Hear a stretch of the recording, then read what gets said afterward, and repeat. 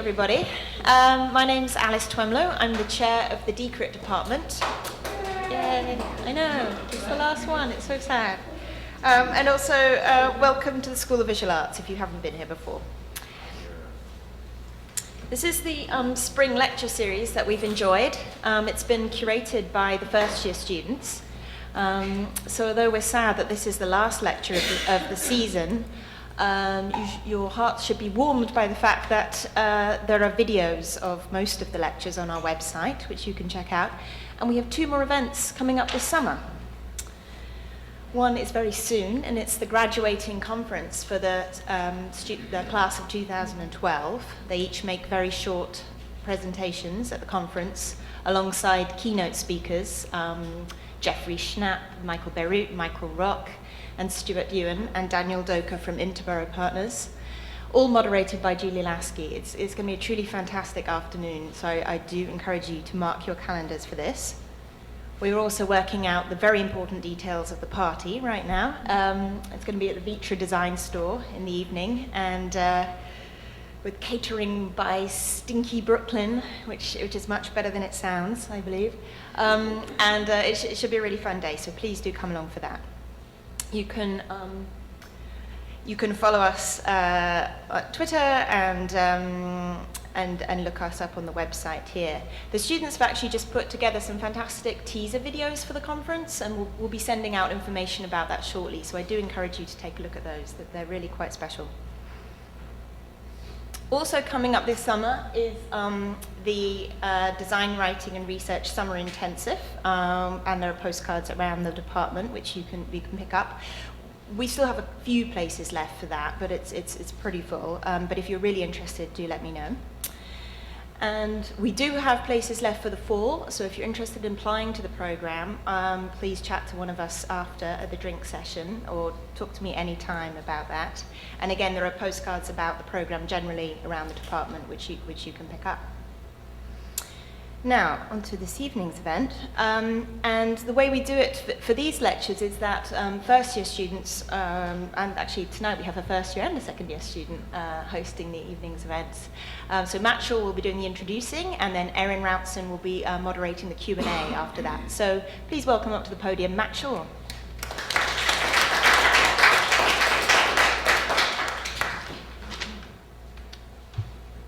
Good evening, I am Matt Shaw. I'm a student here. Damon Rich is an artist and designer and the founder of the Center for Urban Pedagogy, or CUP, and currently serves as the urban designer for the City of Newark, New Jersey. I invited Damon here tonight because I like his website, which you just updated, right? A few extra images. But also, whether he's talking to students about rap videos and project housing, or discussing compromise with other architects and planners, he represents a kind of architect whose work represents a refreshing type of social engagement, bringing both pop and politics into the discourse. And it's this critical wide net that makes his work so interesting to me.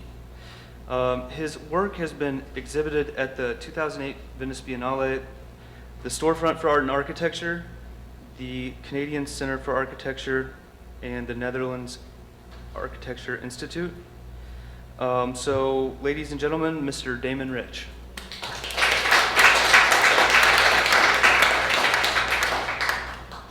Good evening, everybody. Thanks to the program, to Matt and others for inviting me to come over here. And I'm kind of curious, how many people here today are involved in design and criticism in some way or another? Okay. Are there people who are more on the design side of design criticism? Couple. Who's everybody else? An artist? Great. Are there major demographics represented that people want to throw out? Okay. A smattering of design critics, a couple designers and artists. Well, that seems like a really good group.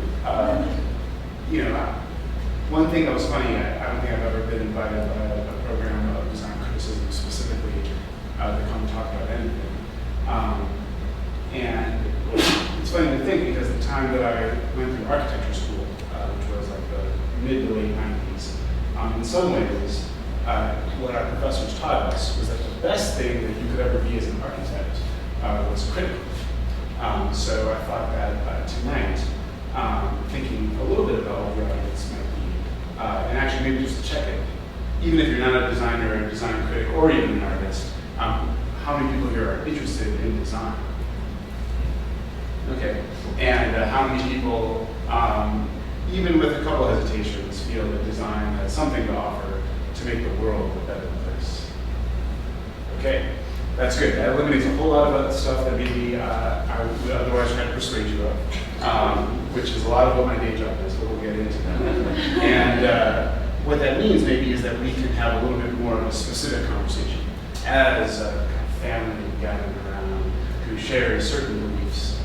We can kind of dig into some of those beliefs tonight in kind of a critical spirit. One of the things that led me to think that that might be an interesting thing to talk about tonight is that I've been thinking a lot about the relationship between design and idealisms of various sorts. And by idealism here, I don't mean like the idealism of the world can be better, but much more an idealism that comes when we believe that something is kind of easy and smooth, but in reality it's not. And so as an example of that, and something that kind of brought that to my attention was I recently got this very nice, it's like a luxury automobile, new laptop computer. And if anyone here has ever bought an Apple laptop computer recently, you open the box and you have the whole thing kind of engineered. So that the first thing you see is this little kind of chic tab flip up towards you. And this tab, as you can see, carries a very simple declaration, designed by Apple in California. Design and place, and it kind of conjures up a whole imaginary. However, if you've been reading the New York Times or most other articles, you'll know that this use of design quite specifically covers up a whole set of facts about the world, right? And so, just one example of somehow this word design being demanding that those of us who love it, but who want to have a productive relationship to it, begin to kind of peel back some of these layers and really start to figure out what idealisms remain the way that we think about design today, and what might be gained by poking at those a little bit.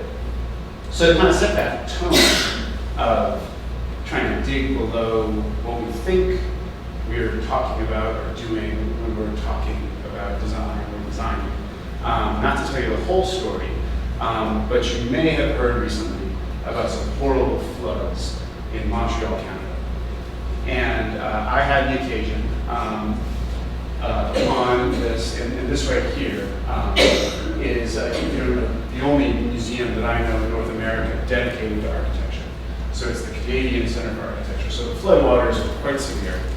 I was invited up to consult with the CCA, quite a robust institution endowed by Phyllis Lambert, to try to develop a plan for them about how they might coexist in this new world of kind of high water and other related problems. So without saying anything else, I just want to kind of show you some clips from the reality TV show that came out of this.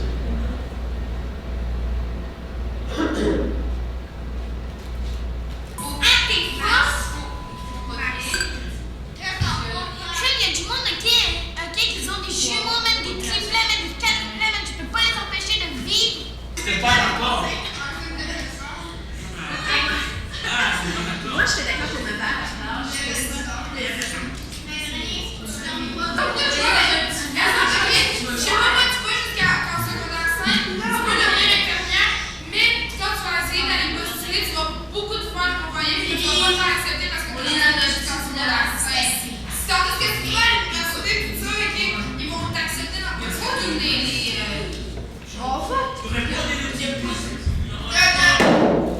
Today, we will decide the rules that govern our community.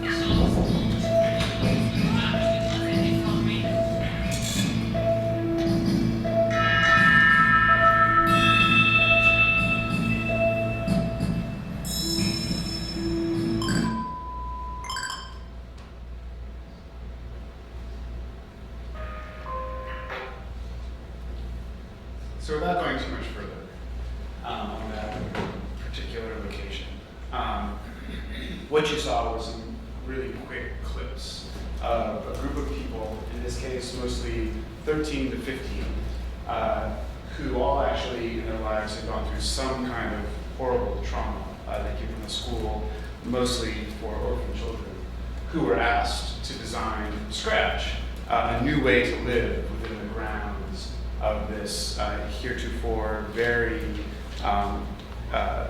antiseptic postmodern building in Montreal. And what it quickly brought up was beyond, I think, any way that we would normally hear designers talking about the origins of their forms or the way that they would hope their designs would affect the world, is that these young people went very quickly to very basic questions of resource allocation. Who gets to set up their hut in which part of the yard? Will they or won't they have an open admissions policy for other refugees fleeing these flooding conditions? And so what was amazing to watch was, without hardly any prompting, just kind of a simple deliberational procedure, was students very, very quickly jumped into these, I would say, questions of design and the criticism of design.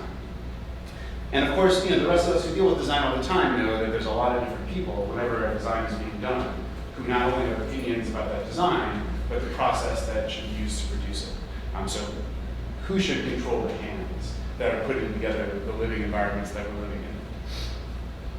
There's some planners out there. This is my friend Rob Perani from the Regional Plan Association. And I don't put it up here so much to look at Rob, but if you've been to the RPA, you know they have this amazing painting, and I'm just going to get a better picture of it, which is this image of this utterly iridescent angel of planning descending from the heavens, and this is where you can't really see, to a big part that's the slum at the bottom, right? So this is one idea of how planning kind of enters the world and like helps out people. Another idea was certainly advocated by the Black Panthers in 1969 as they marched into a luncheon to celebrate New York City's completion of its only master plan to date, the plan for New York City in 1969, and their chant, of course, amazing, was "Damn the Master's Plan." Today, there are prominent members of the design community. I think Andres Duani was the last one talking about this, who are saying that actually the processes for public participation in the design of the built environment that the United States has seen grow up over the last 100 years, talking about planning boards, zones of adjustment, art commissions, things like that, are utterly corrupt. That they only amplify the voices of the most obstinate among us. I stole this slide from Andres Duani, but certainly that's someone who has a way that they think these things should go. And I think even beyond the notion of this kind of radical rehaul, we see more and more and more organizations that don't even necessarily have the built environment or architecture or design in their mission statement, becoming increasingly interested in questions of space, of urbanism, of the way that land uses are arranged one next to the other. And back to these structures that we've seen build up over the last 100 years. Has anyone ever been to like a community board hearing? Yeah, a couple people? Like a federal environmental impact statement hearing or something like that? A couple more people. So you've seen things like this. You've seen that somehow over a really long time span, the idea that people should have the right to have some kind of participation in the decisions that form their living environment. We've seen those things get translated into actual objects, actual materials, rooms that exist places for these kinds of things to happen. Microphone and stenographer setups, little things to carry coffee back from Oban Pen. We've seen an entire material culture develop around public hearings. At the same time, certainly those of us who have visited these know that sadly, oftentimes the best place to find the public is certainly not at any kind of public hearing. And so this is really, this kind of ball of things that made me want to talk about the title that I gave for tonight's talk, called Working the System. Now, probably not necessary to say, but when most people say, oh, that guy, he really knows how to work the system. something that's about the just administration of laws or something like that. But actually, I would like to be idealistic about the notion of working the system for a second. And actually, before I say that, it is really interesting, and I'm sure that it was a placeholder that someone wrote at some point, but it gives me a chance to say something. Which is at some point, you know, a Google alert came up, and like a placeholder, and I don't think I ever sent this to anyone, came up for this lecture that was called Real Needs, Fantastical Solutions. And so I thought that maybe I would say a couple things about, you know, because I think this is just a good challenge to me to articulate why working the system to me is something that I wanted to talk about, and real needs and fantastical solutions maybe a little bit less so. So first, classic image, that for me is all about working the system in the most positive and idealistic sense. People know this project? Architecture nerds out there, I'm looking at you. So maybe this is not the famous drawing of it. This is a project by a British guy named Cedric Price from 1940s, I think, late 1940s, called Fun Palace. People at all recognize it? Some people kind of recognize it, but I'll tell you the important part of it, no matter what, in my experience. So this is an image that is at least beloved for 60 years by a lot of architects. It was a project that was for an avant-garde theater building in England.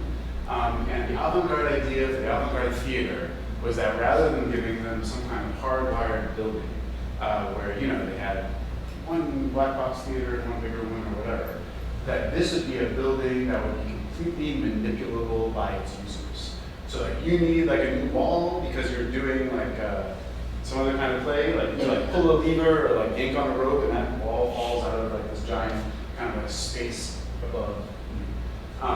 So as an image, again, of a system that's being worked by its inhabitants, by its users, to satisfy their needs and desires, I think this is an interesting fragment of utopia. Another fragment of utopia is this one, that I thought might I deserve to mention early on. No one recognizes this, do they? No. So this is a mobile table, and I hardly know anything about this, but I think it's interesting, so I thought, well, I would bring it up. That was designed by an organization called Detroit Works, which has been charged by Mayor David Bling in Detroit to come up with a new land use plan for the city. This is what was produced and proposed by the planning team after this happened. Again, by no means do I know anything more than someone who reads the Detroit paper every once in a while, but there was a tremendous backlash among residents in Detroit who, for one reason or another, were not very happy with the public participation process that was being offered to them by officialdom. And so after the process was ground to a halt, consultants were fired, heads rolled, this is what came out the other side, or at least one of the things. And for me, this kind of thing, which, you know, I would suggest we might call something like, you know, 1,000 points of light realism. You know, this idea that somehow through our enthusiasm, we can generate creative solutions to these structural problems is something that I have a lot of skepticism about.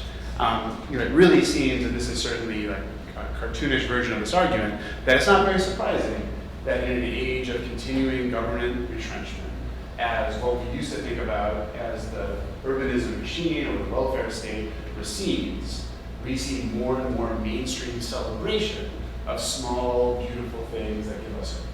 And this is something that I think, you know, looking at this especially, we need to keep in mind. And what's so interesting about this, just to lay it out, isn't that it's kind of like a funky, reused table. And what I'm trying to say is nothing against funky, reused furniture, but it has to do with this thing getting hooked up to a much larger system. That certainly has a much larger agenda. I think those are the kinds of connections or disconnections between materiality and a larger political and social system that we need to think about. So with all that as preface, let me tell you a little bit specifically, you know, trying to iron out the idealisms, where I'm coming from, which is is Newark, New Jersey. Anybody ever been to Newark, New Jersey? Okay, got some people. So who's been there not for the airport? Okay, facilities, okay. So we have like Jersey natives in here and things? Yeah, excellent, okay. So people kind of know Newark a little bit, so you know that like if you took like East New York, Brooklyn, and kind of flipped it over, you'd have Newark. So for those of you who don't know anything about Newark, and I'm sure that those who know Newark will have a lot of things to offer, let me offer just kind of two general trends of Newark's urban history. Again, kind of simplified out of recognizability. The first one is that Newark, maybe more than any other city in the United States with over 100,000 people, has this, it's almost like a horror film, this like slasher history of being victimized by planning. What you see right here is not even complete, but these are areas which eventually equal to about a third of the city that were completely demolished, say between 1950 and 1975. People here probably know the history of urban renewal. We have our own kind of Robert Moses figure in the person of Lou Danzig. But suffice it here to say that basically the city demolished itself on the justification that this was going to be what the city needed. The second thread of history that I wanted to make you aware of was kind of present along with this history almost every step of the way, which was Newark's incredible history of community organizing along religious lines, race lines. The Students for Democratic Society famously moved en masse to Newark in, I think, 66 with like 200 people to try to organize the communities of Newark. But probably most importantly, and it's the origin of this placard, in 1970, a goodly portion of these organizations came together to elect the first African-American mayor of a major East Coast city, which was Ken Gibson. And so again, you have these kind of two forces, at least, in play. And if you go back to the archival record, you can see again these two forces again, almost every scene of the urban drama of Newark's 20th century life. On one hand, the will to demolish and remake the city in a better version. On the other hand, those who were trying to either fight or to channel those forces to things that they thought would help. And even beyond the archive, to look at the city, at least portions of it, this is our old third ward, from the air, again, I would say that you can begin to really read these different forces at work on the landscape itself in terms of traces of mid-20th century erasures, partial rebuilding back of various notions in various eras of what would be a good thing for the city of Newark, but also the traces now of more recent demolitions of public housing in the 80s, 90s, and 2000s.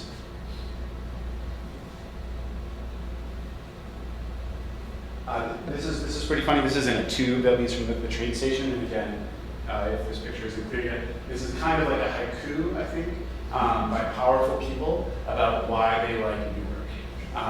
So it's basically like Newark, gateway, brings up the whole relationship to New York City. Newark, it's really nice because it's one stop to New York City and one stop to the airport. You can get away really fast. And so, for me in Newark, working as the first urban designer for the city government, it's been a real opportunity to, one, just try to understand the complexity of the public image that's been built up around this city, both for what it is and what it has stood in for.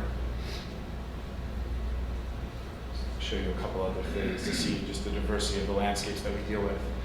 And for me, I think in a larger way, not just for what Newark has been, but again, what it has stood for and what it stands for, I think Newark's a really great place to think about the stories that we tell about American cities in the 20th century. So a story that I've heard way too many times to count goes something like this. American cities, they were totally awesome in the early 20th century. You had all these European immigrants, they worked really, really hard, they made all these kinds of things. We had these brand new sort of spectacles of metropolitanism, cinemas, jazz clubs, etc. Then the story says, well, we have this great movement of African Americans from the South, and things didn't work out so well. We had some bad things that happened. But, and this is always the thing that comes next, at least since 1980, but things are really looking up, and we're having an urban renaissance right now. And so, you guys probably can tell, I think that actually this narrative is not only wrong, but is actually deeply damaging in terms of decisions that get made every single day about the way that places are designed and built. I think above all else, and this is certainly true in Newark, I think, speaking for my disciplinary brothers and sisters in architecture and planning, that we as a discipline have not yet really learned how to think about that great migration before and after World War II of African Americans from the South to northern cities. We have not yet learned to think of that, in most cases, as anything other than a trauma. As something that happened to cities, that was bad, that we're recovering from. And I would certainly suggest that until we find a way out of that thought trap, a lot of our greatest successes will still be marked by our failures. And this might go back to the Detroit example at some point, but first I want to show you this. This is a slide that I stole from this amateur historian. Was not talking about race or class, not one iota, but was talking about the architectural history of this one very small spot in Newark.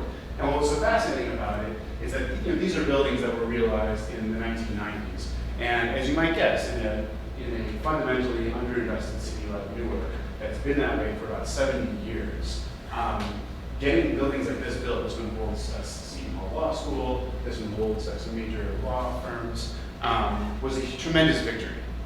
And so the fact that an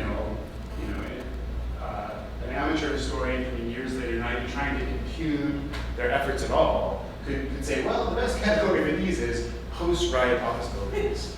I mean, I just put that out there because for me, it just seems that, again, the shortcomings of the vision that produced these, again, is inscribed in their very appearance, even to those who aren't necessarily looking for it. And of course, lots of examples abound. This is a banner that are, again, my coworkers at the Newark Downtown District, which is the business improvement district, put up. Downtown Newark is yours to rediscover. And this is literally a block away from the busiest intersection in the city of Newark, where 10,000 people every day get on and off of buses.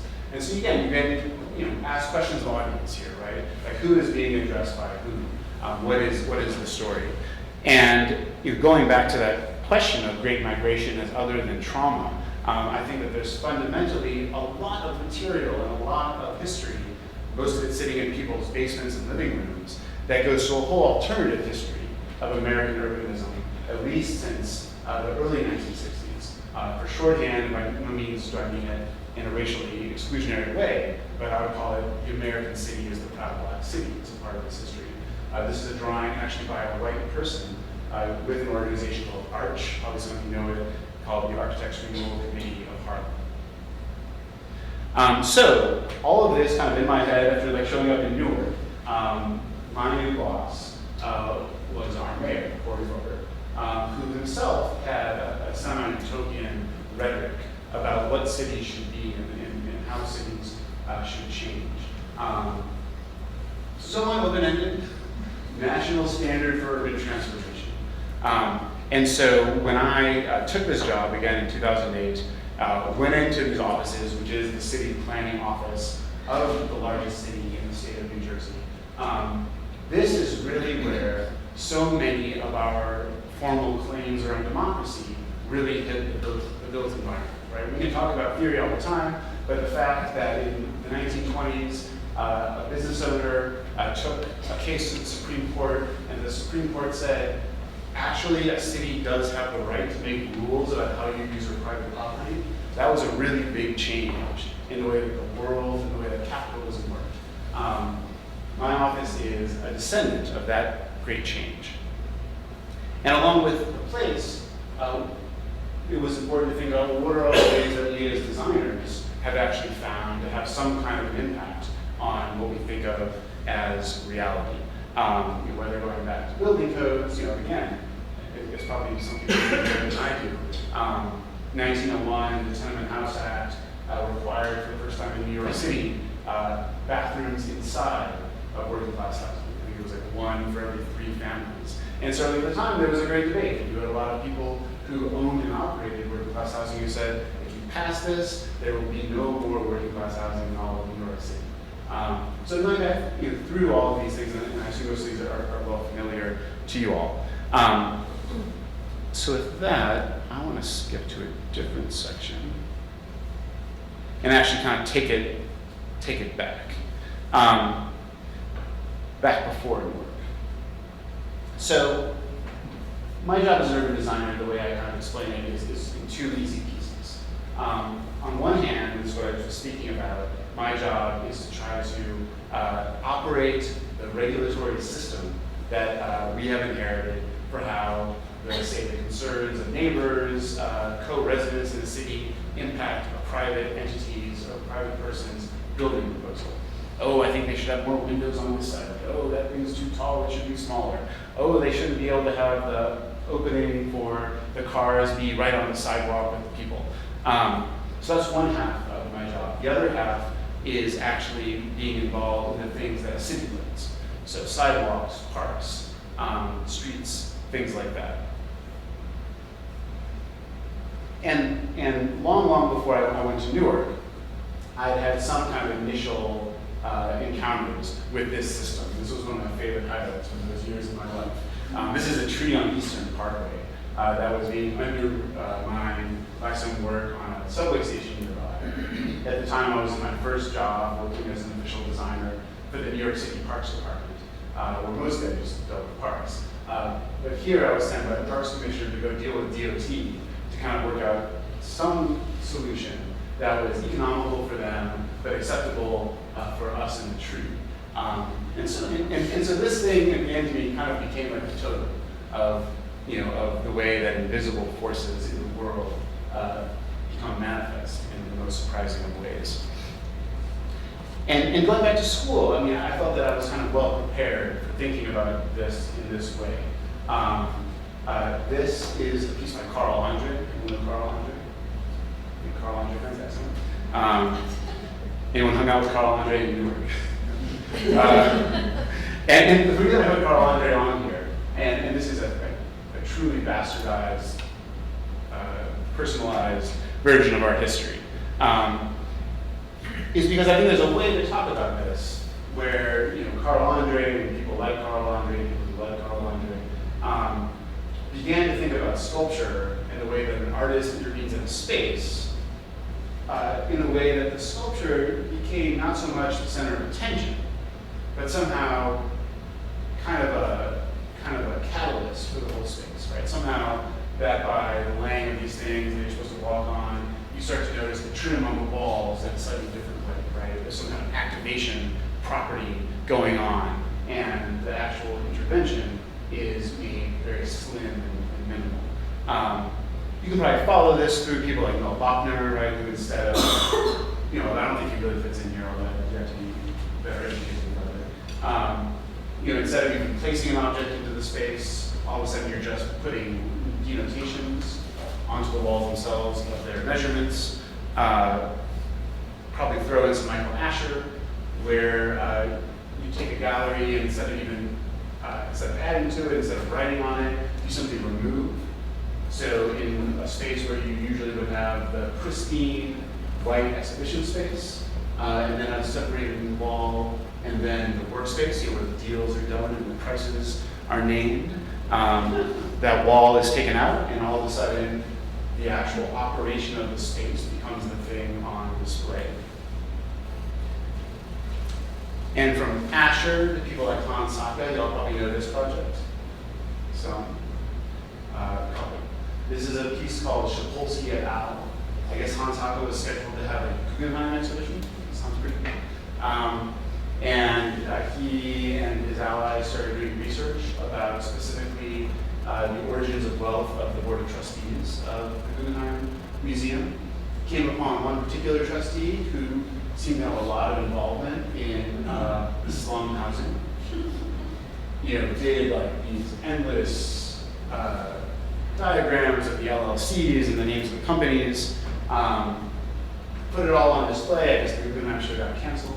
And a totally amazing project, although I always put this slide in because it always reminds me that just because people were really smart at institutional critique did not mean that they were good graphic designers. And certainly one ambition I have for myself is to like stand on the shoulders of giants and study graphic design a little bit more. Beyond Haka then, so people like Martha Ross. And you know, this is a project on which you lived here from the 80s, where I would say, rather even than doing like a bunch of research about the conditions of existence of the exhibition space, only then to display those conditions. What I think Rosler really did here that was really, really important for me is simply the act of inviting a lot of different kinds of agents into the exhibition itself. Many of them identified as artists, some of them did not.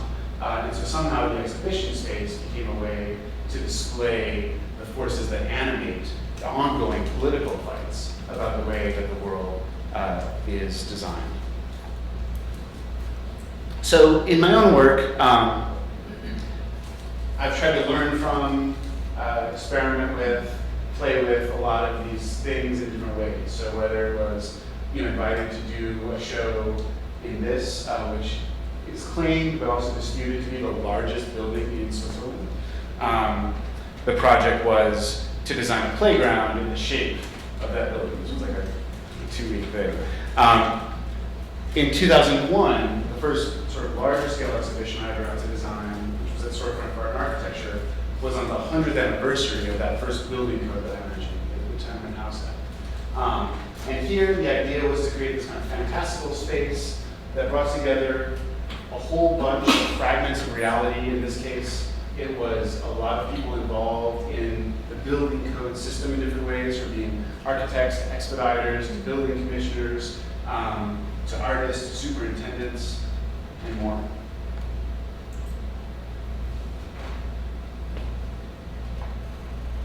A lot of the documentation on display was of these everyday spaces where these processes take place. And again, the hope was that by opening it up in maybe an unexpected way, using the power of visual abstraction to kind of reshuffle, remix these things that we're taught to think of as only the most boring end of the design process, that somehow that could contribute in some oblique way to this notion of teaching ourselves to work the system differently.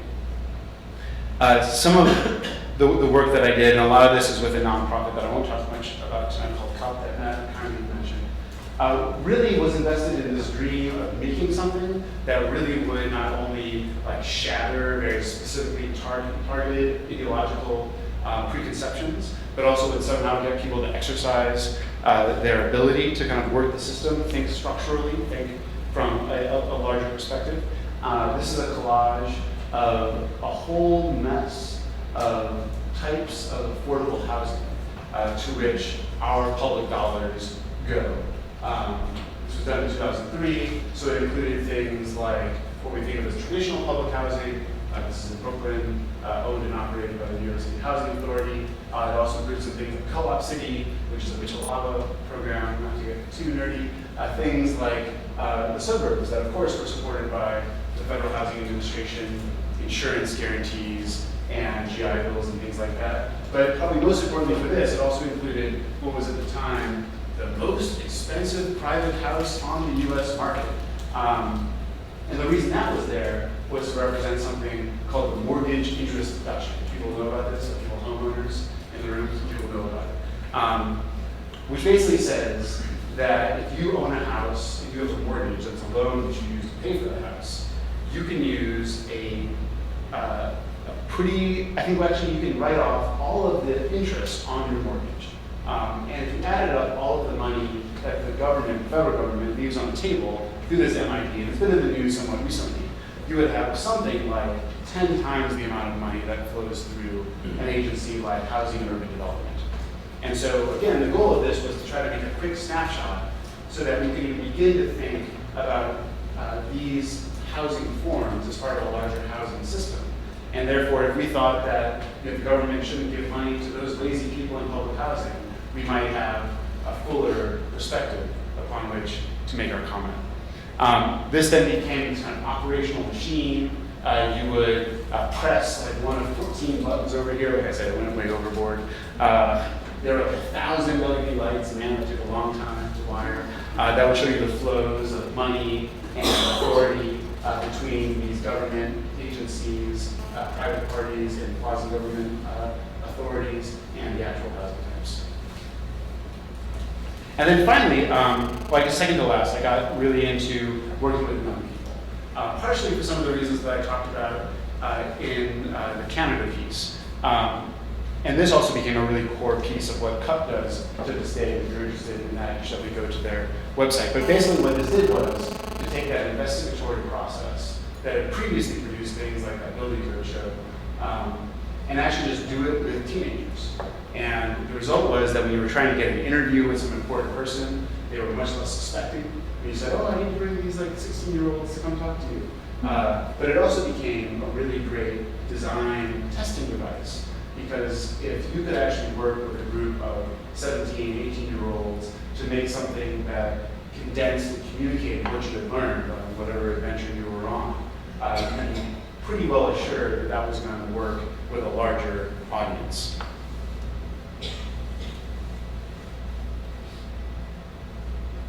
So now I think I want to jump back to Newark.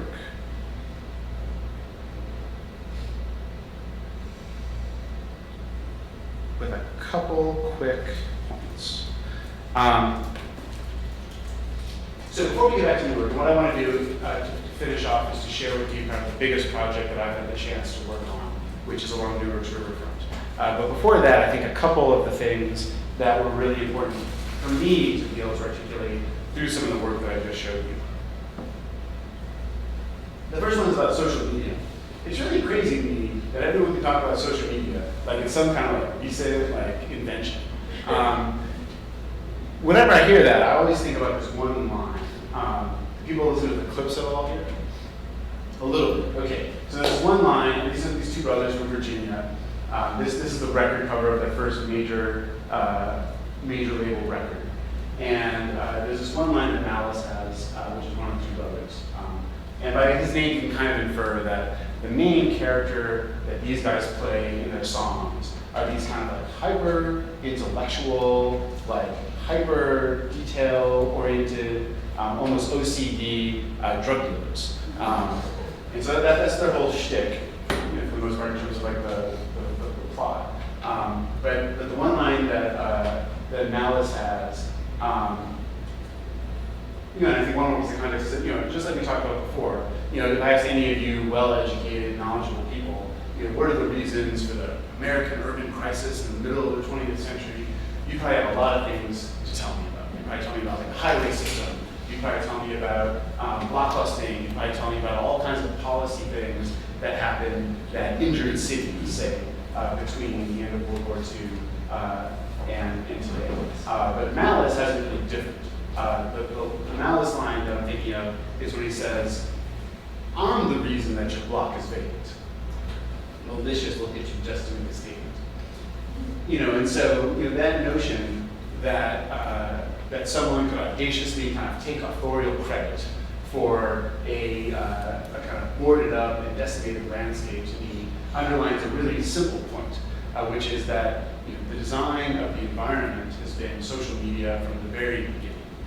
Even if we fool ourselves into thinking that we know more than everyone else because we went to a design criticism program, or at least like architecture, or whatever it is, no matter how much we want it to be true, the discourse, the discussion, the description, the theories of how things happen that people see in the built environment are never going to be under our control.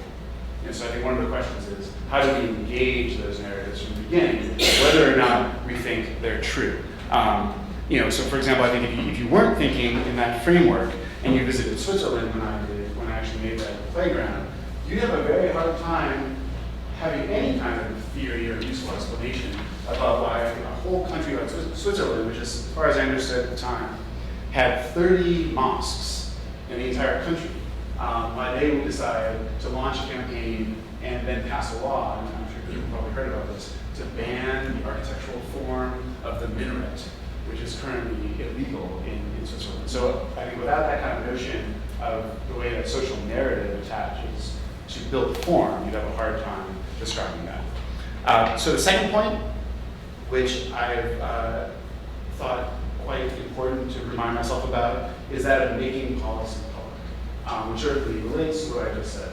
My inspiration here, people know the Wacker's Manual at all? A couple people do. The quick story of this is that when they did the famous early 20th century plan for Chicago, Daniel Burnham, the lakefront, people probably know about this. At the same time, they wrote a textbook, this guy Walter Moody, for 8th graders. And the thinking was that unless they could get the kids kind of thinking in the right way when they were in 8th grade, then the plan itself would always be at risk. And the legend is that Mayor Daley Sr. read this in 8th grade and decided that day he had to be the mayor. But that notion of making policy public certainly has a whole broader history in the 20th century. Probably all remember that Barack Obama was loudly identified during the 2008 election as being a follower of Saul Alinsky. People kind of remember this? And Saul Alinsky, if anyone knows any Alinskyite organizers or people from the industrial areas foundation, you'll know that one of the hallmarks of their technique is what they call in Scotland power analysis. The question of how can we draw a picture for ourselves that identifies who's making decisions about the place that we live, and therefore gives us, in some ways, at least a very general map of who we might need to talk to change things. And so in Newark, I've had the chance to just try to encourage the use of visual explanations. This is our mayor at the launch of the first ever City Hall recycling campaign. The message was really straightforward and clear, and it was the truth.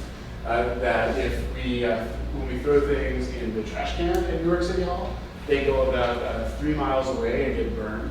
That's also where a lot of your trash in New York City gets burned, at the Corbanti incinerator. But however, if you make a different choice, we actually can get paid and we don't have to breathe it in. And then a final example of this. Has anyone had the good fortune to deal with the neighborhood stabilization program? Yes, one brave person. So would you mind giving us like Mr. The one sentence to the uninitiated? It was supposed to be a solution to the sort of economic meltdown, a way of getting sort of dollars back to cities so they can take vacant or foreclosed properties and put them back to use.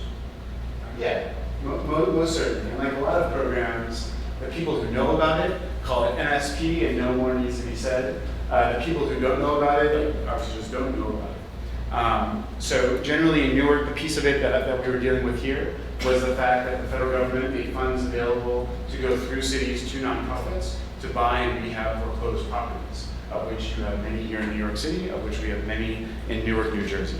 And so this label was simply a very simple attempt, kind of a 30-minute effort to make a label that hung on houses, and there were about 10 of these, that told actually the specific story about how this house came to be vacant, and also what was going to be done with it with these funds. And then the last point that became really important was this notion of constructing from the crevices. I am deeply convinced that the most interesting things that I've had the chance to be involved with designing at all have come about because somehow I've had the good fortune to find myself in some very specific social, political situation. And I remain convinced that, especially when we're talking about cities, along the trajectory that I've been trying to lay out for you, that keeping this in mind, finding those crevices that are presenting the best opportunities to make worthwhile and interesting things is super important. So one example for that is I run the public art program in Newark. We've only been in existence for 3 years. We do the most predictable thing that any public art program could do, which is we paint murals. And this is how it works. And really the one thing that I want to point out is that we actually do our call for walls, a typical thing, at the same time that we do a call for community partners. What's most important for us in terms of a convincing site is that putting a mural there through the process that we use is believed by a community-based organization that it will further their agenda. that are going to make some change and contribute to some larger piece of work that they've been trying to advance. And so the example that I'll use is, this is a really crazy area that people call the Cut. It lies, actually I have an aerial of it, but I don't. It lies in between one of the largest public housing developments in Newark and a public recreation center, the Sharp James Recreation Center. Today, to get from Hyatt Court, the housing, to the recreation center, you have to walk over some cargo tracks, some active rail cargo tracks. You have to walk underneath this thing, and this only kind of barely gives you a sense of it. There's like 2 highways overhead and another rail line overhead. And so this organization that had been working on this to try to make this a little bit more humane had come to us and said, hey, we just want a huge victory. After a year and a half of yelling and screaming and writing letters and going to their office, we got the state DOT, because it's their road, to build this sidewalk. And we really think that if we could do a public art project here, getting some contributions from this large metal recycler over here, working with people who go back and forth along here to sort of get their notions of what the space could be, would really help advance what we're trying to do. And so that kind of thing is really, I think, what we look for when we're setting up these pieces. And again, it's not necessarily that the work itself is everything I want it to be every single time, although this one's pretty cool. The artist who led this one had been a police sketch artist for 30 years, and then he had retired, and he had lived really close to here his whole life. But that notion of the most fertile ground for good and impactful design being a place where somehow our skills as designers, artists, or critics can intersect with that political agenda is, I think, where I think I want to keep on working. So thank you very much.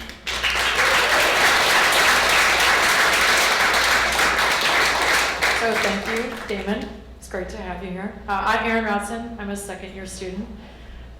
So I just want to lead off the questions. One thing you didn't talk about very much tonight was CUP.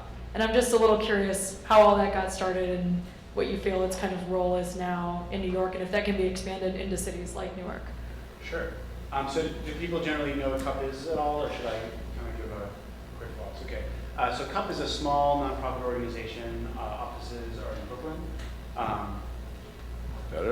At 3rd Avenue and 3rd Street. And in CUP's mission is to use art and design to improve the impact of public participation in development and planning.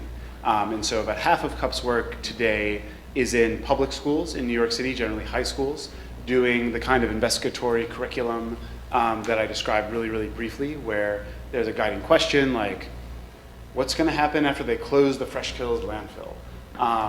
A group of 12 or 13 teenagers and maybe 2 or 3 designers or artists will go out with them, talk to a lot of people, gather things, take photographs, make drawings, and then at the end try to make something that explains what they found out. So that's one half of our work. The other half is work with community-based organizations, doing things like probably our flagship program now is something called Making Policy Public. What a happenstance. And the way that works is that it's a series of fold-out posters that try to visually break down a complex policy topic. And again, kind of like the structure that I explained for the mural program, the notion is that it's a juried process that actually first asks for advocates' ideas, so something that they're trying to explain to a specific group of people, and only then do we actually pick designers, and then CUP staff kind of works with both sides throughout the process. So that's what CUP does today. We spend, this will be our first kind of $500,000 annual budget year, which is a big, which is a big milestone, but at the same time, we're still like just a baby. The great thing, just from my perspective about CUP was, one, just the opportunity of being involved in the startup of an organization. If anyone here has gone through the process of, becoming incorporated, doing paperwork with lawyers, setting up a board in this case because it's a nonprofit, you'll know that that's a long and character building process. But today the best news is that just about 3 years ago we hired for the first time an executive director from outside the organization, which was fantastic, mostly because we hired a really fantastic woman named Christine Gaspar, But the second reason it was really fantastic is because before we ever found Christine, it was that, oh damn moment on the part of the board, where the board actually stands up, and those of you who work with nonprofits will probably recognize this and say, oh, unless we actually take care of business, then all of this might just evaporate really quickly. So that's maybe more of the kind of institutional development, organizational overview than you asked about. But maybe I'll just leave it there for now. Any questions from the audience? Matt? I just wondered about, I think I have a better understanding now from your talk, which is great, by the way. I guess I wondered what the relationship between the sort of cartoonish aesthetics, and I mean that in a really good way, but what the relationship between that and your sort of socio-political agenda. Well, I think the first part of that is like a really simple Saul Alinsky story. That's that community organizer from Chicago again. So Saul Alinsky, as far as I know, wrote 2 books his whole life. Like one when he was like pretty much getting started, like in the 40s, and one like the year before he died in like the early 70s. And the one before he died is really interesting because it's kind of addressed to the hippies. And his whole shtick is kind of like, hippies, like you and me, I think we agree on like a lot of stuff. But I gotta tell you something. Like if you show up to like a working class neighborhood and trying to convince them to like join your movement, and you're like smoking marijuana and you have long hair and you're dressed like all crazy, like you're just not gonna get very far. So you need to think more strategically about your aesthetics. So for me, I feel like that's always been, probably like anyone, I have my own like, Sesame Street, electric company kind of children's workshop formation and formative experience to like blame for things. But I think more than anything else, it is about both I think treasuring and like manicuring your own like personal obsessions, but then like truly having that moment, especially if you're aspiring to do public design, where you're like really seeing if this like works or not. So certainly some of the cartoonishness, and I'd love to come back and talk more about the varieties of cartoonishness and really elevate our connoisseurship. But I think it really is. At base it's about like, unfortunately, what I mentioned at the very beginning about teachers telling you in architecture school that really the most important thing to do is be critical. I think one truly sorrowful outcome of that is architects. I'll just speak about us now. Architects getting like truly obsessed with the look of complication, which I think has its like aesthetic rewards, but certainly I think we put too many eggs in that basket.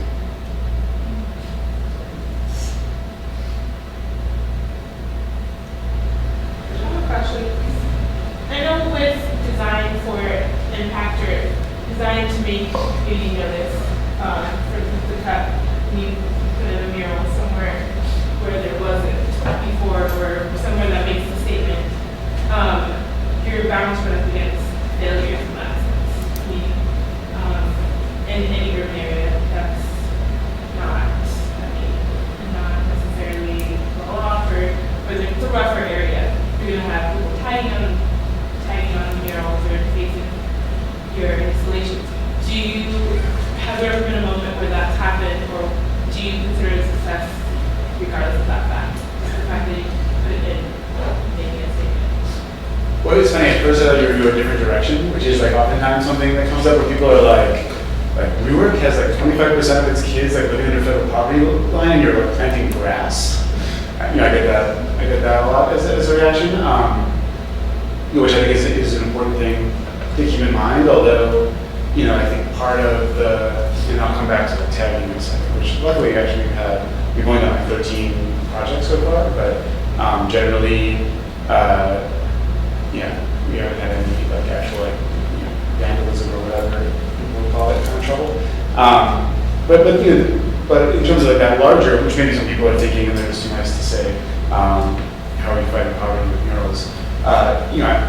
For me, that really does come down to, I think, trying to train ourselves like away from what I would call kind of like silver bullet, like object-based way of thinking about like design impact or like urban change, and like really towards like thinking about how things operate and like that social ecology, which I know is what you're asking. You know, in terms of like the tagging issue, you know, again, I mean, it's a funny thing, right? I'll tell you a couple of funny stories about getting the mural program started. So when we first started doing the mural program, of course, like most people are like, no one knows anything about murals except people from Philadelphia.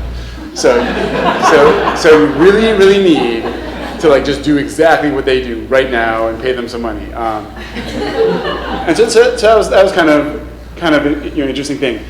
Inevitably then, when we actually done some research about not just Philly, but a couple others, and we were like, well, if we get all the pieces that we want here, like a community partner, actually involved in the process, not just kind of like being the host on the invite card, getting youth involved, oftentimes on a summer stipend as part of the summer youth employment program, et cetera. We were like, we think we'll probably hit the average of like $35,000 to $50,000 a project.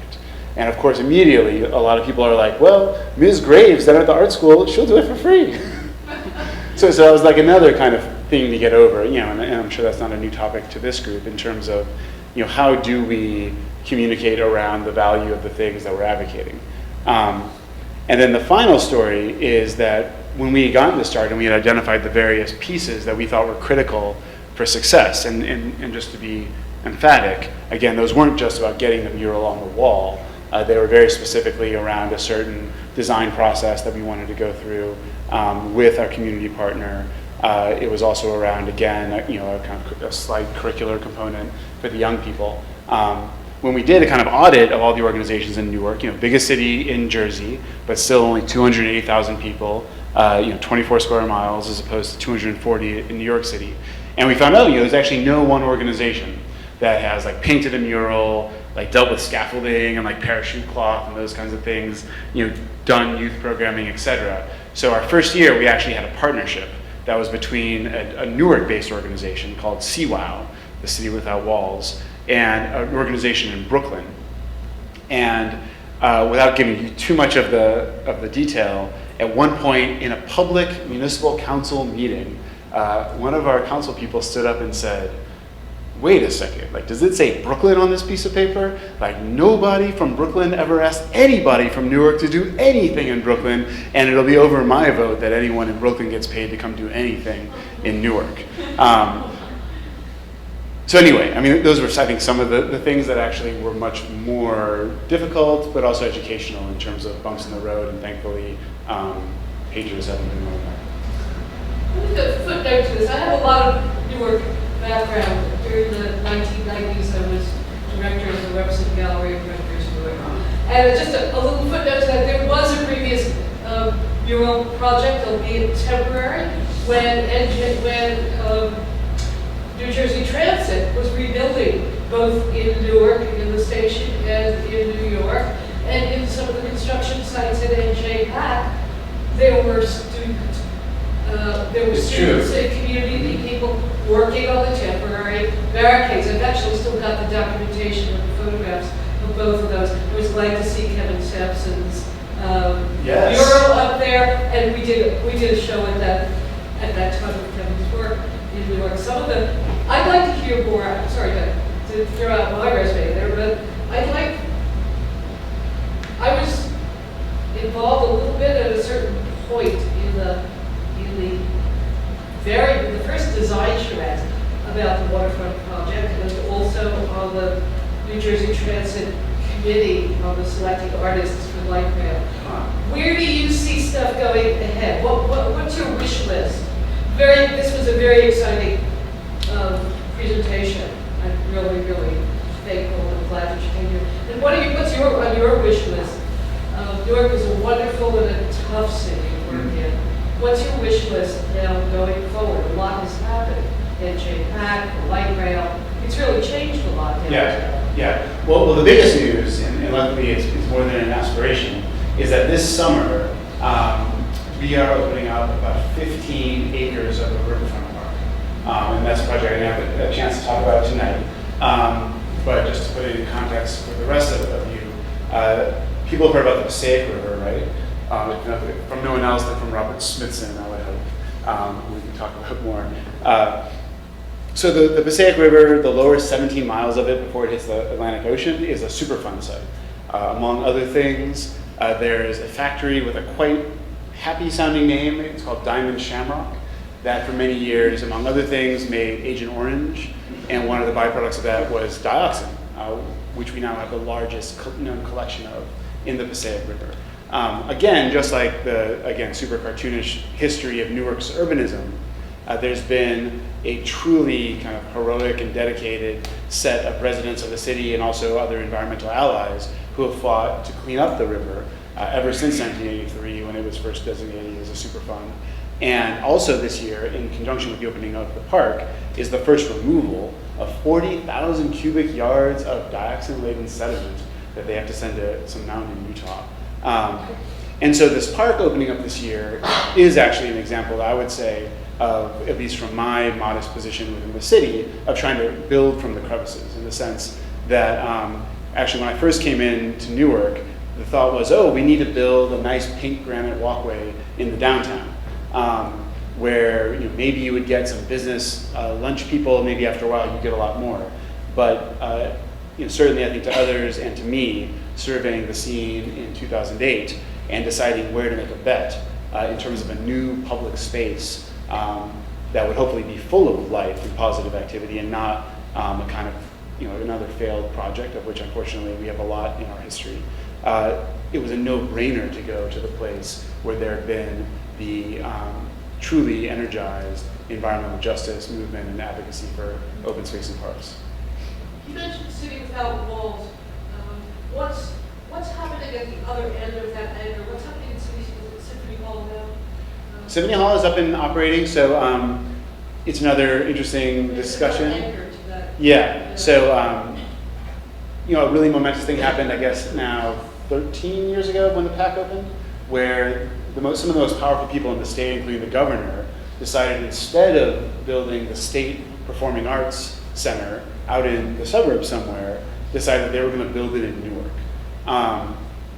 Certainly a radical gesture that has had a lot of benefits. At the same time, part of the unanticipated part of that is one of the footnotes to that story I just told is that there was a long-lived, long-loved, somewhat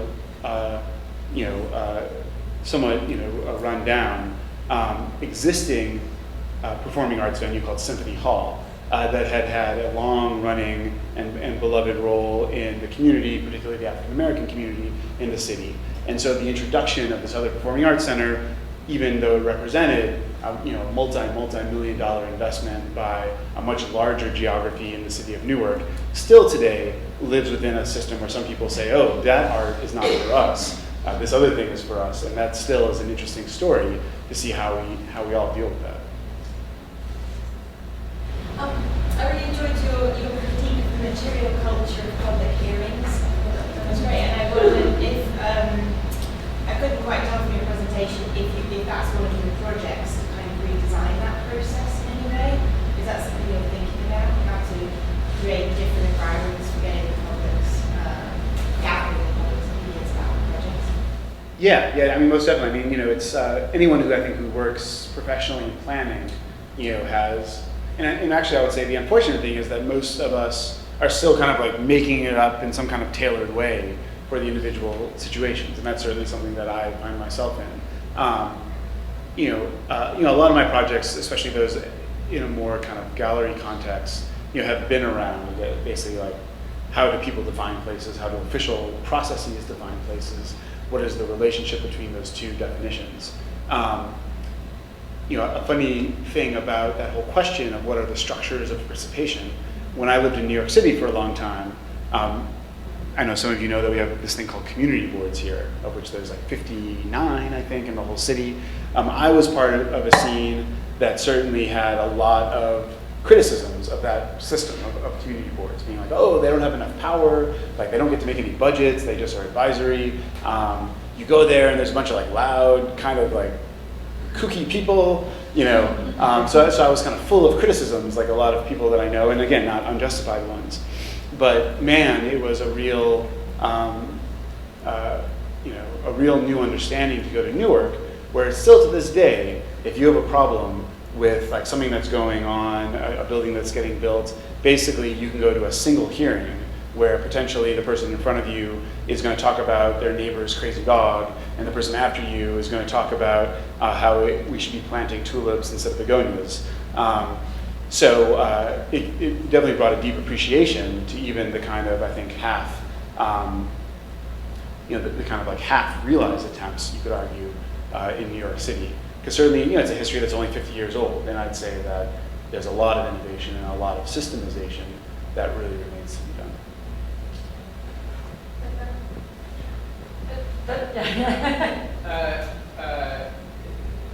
It seems like in the past year with the Occupy movement, there has been a renewed and kind of aggressive public conversation about the system within which we live, and perhaps planting a seed for like a radical overhaul of that system, which calls into question a little bit, I'm being provocative here, that an organization like CUP or the work that you do are to some extent ignoring the fact that there are larger systemic problems that maybe ought to be addressed. Do you think of what you do though as sort of, consider this a private room, like subversively radical, because you are in a sense like making that God for the eighth grader, trying to get younger people to understand what they can do, or do you take issue with that idea that radical change is ever really possible when there are lives to develop right now? Okay.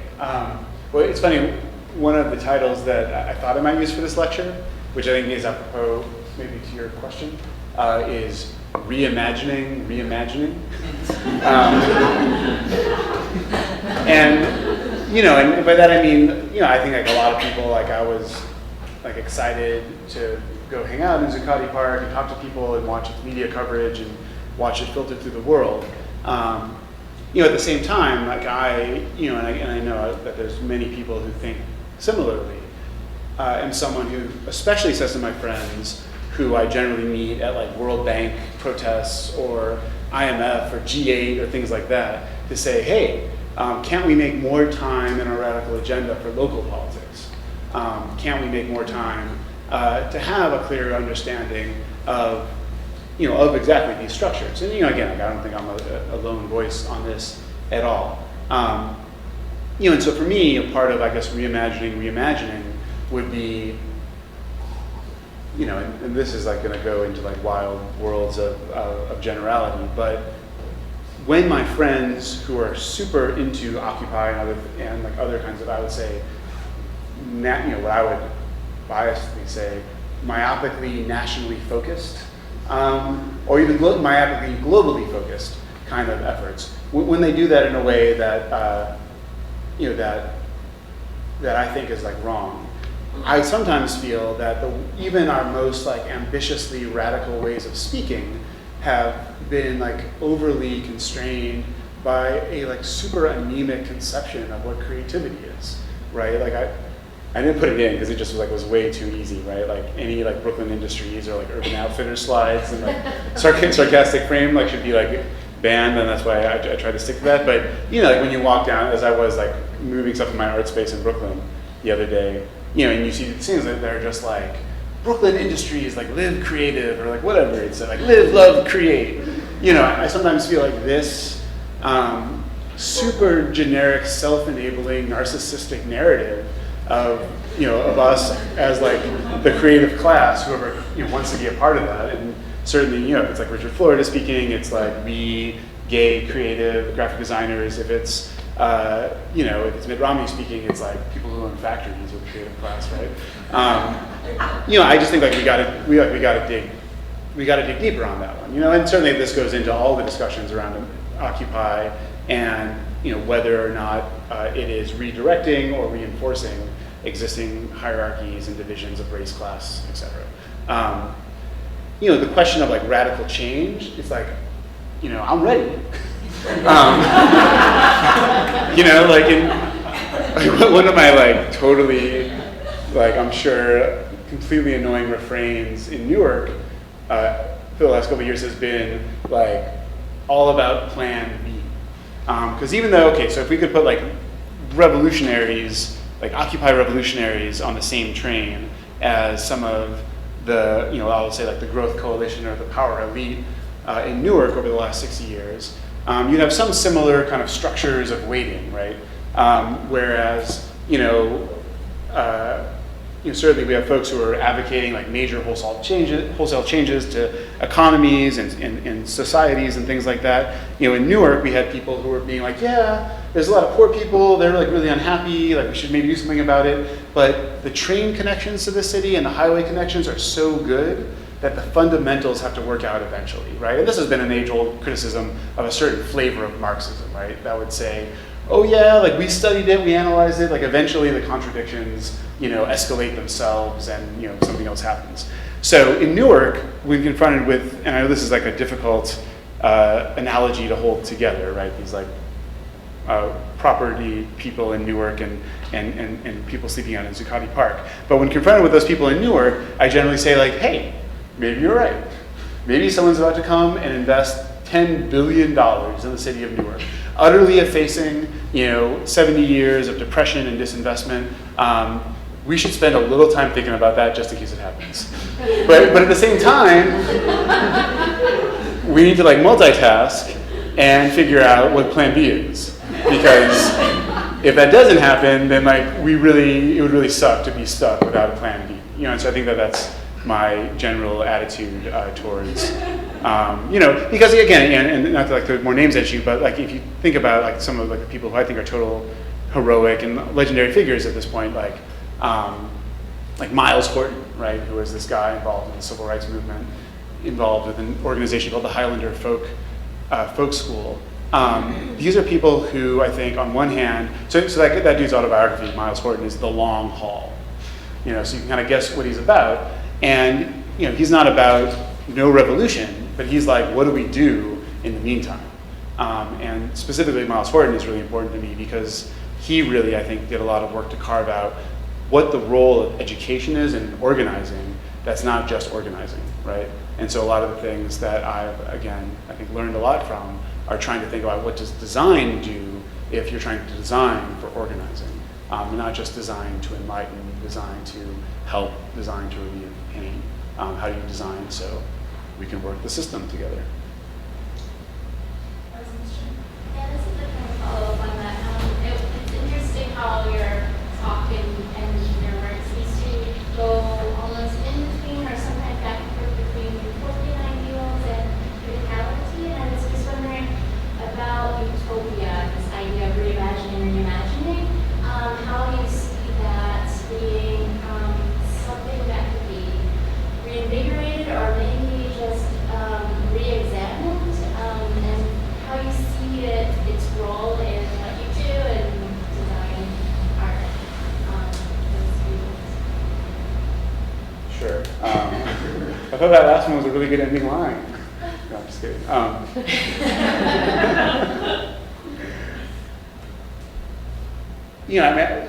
So one of the things that I've tried to describe, although I think I always could be better, is that notion of, well, who knows? Let's take a different type. Let's take a super academic type. Like one essay that was like fed to me as a young child that I still think is worthwhile, but I haven't read it since the 90s, was this Foucault essay. There was some like Foucault thing on one of the slides, so I'll talk about Foucault. I didn't forget the name of the essay, but it might have been as generic as specific and general intellectuals. And I think that the intellectual history of it was like Foucault like bringing the heat to like Sartre or something like that, and he was just like, I'm so sick. Of course, like he went on to like fulfill this model himself. But I'm so sick of these intellectuals who are kind of held up as these like general like experts in like humanity and humanism. So when anything goes wrong, like we can kind of go to them and they like say something, and then we kind of feel like we can go on. And what the essay advocated for was something like a specific intellectual. So at least I think part of the way I connect that to your question is the aspiration to say, once we've if we have indeed been subjected to like all these like writers from the 60s from France, who spend a lot of time talking about like what means and what is and all these kinds of things, that I think are really important if you have, the time and the predilection to dig into it.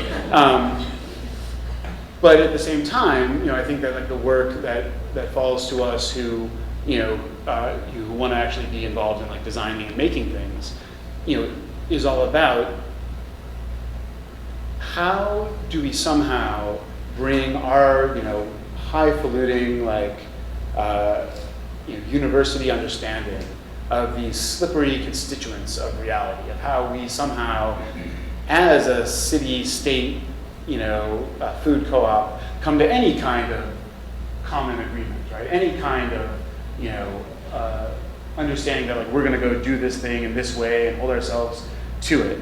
I think if you, at least what I associate with your word criticality is all about when I say I'm going to do it, who do I really mean, and those kinds of things.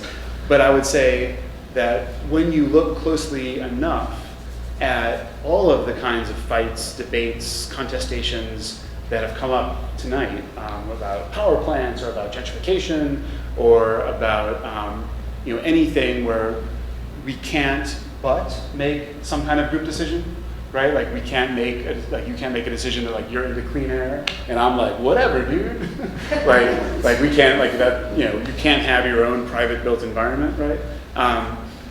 That somehow those of us who are invested in that critical project need to be able to bring our understanding of those dynamics to the way that decisions are made outside of whether or not Rousseau was right about the origins of language, right? When you just have an example, when Hess, the energy company, wants to make a case that they want to build a natural gas burning power plant in the ironbound section of Newark, which already has the largest incinerator on the East Coast, they have to use language, design, and whatever they can to make meaning to advance their case that it's going to be totally fine if they build this, and plus it's going to help in all kinds of ways. And I would just simply say that I think that among other tools, the kinds of tools that I think you're invoking are really helpful in those fights, but if they're exercised without that embeddedness, without that understanding of the specific stakes of this particular thing that's going on, then I think they risk kind of being, intellectually satisfying, but not much more. I hate to cut you off, I'm sorry, but I think that we should all probably work on my plan B, which usually involves having a drink, on the other side. So if everyone could thank me, or thank Dana.